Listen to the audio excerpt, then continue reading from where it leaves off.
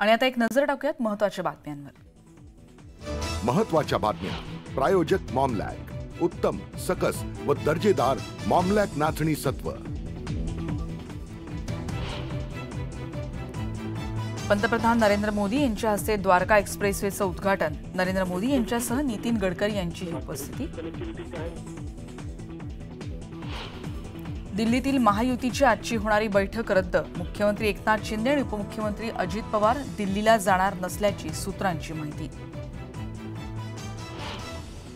निलेश लंके पुन्हा शरद पवार गटात जाणार असल्याची चर्चा।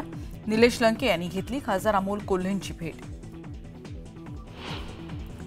आजपासून कोस्टल रोड मुंबईकरांच्या सेवेत। मुख्यमंत्री आणि उपमुख्यमंत्र्यांच्या हस्ते लोकार्पण। उद्घाटनासाठी आदित्य ठाकरे आणि अरविंद सावंत यांनी दाखवली पाठ।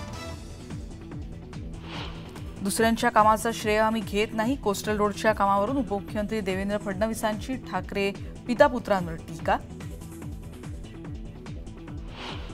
कामाचं श्रेय द्यायला मनाचा मोठेपणा लागतो, पण काहींची मनं कदरू। मुख्यमंत्री एकनाथ शिंदेंचा ठाकरेंवर हल्लाबोल।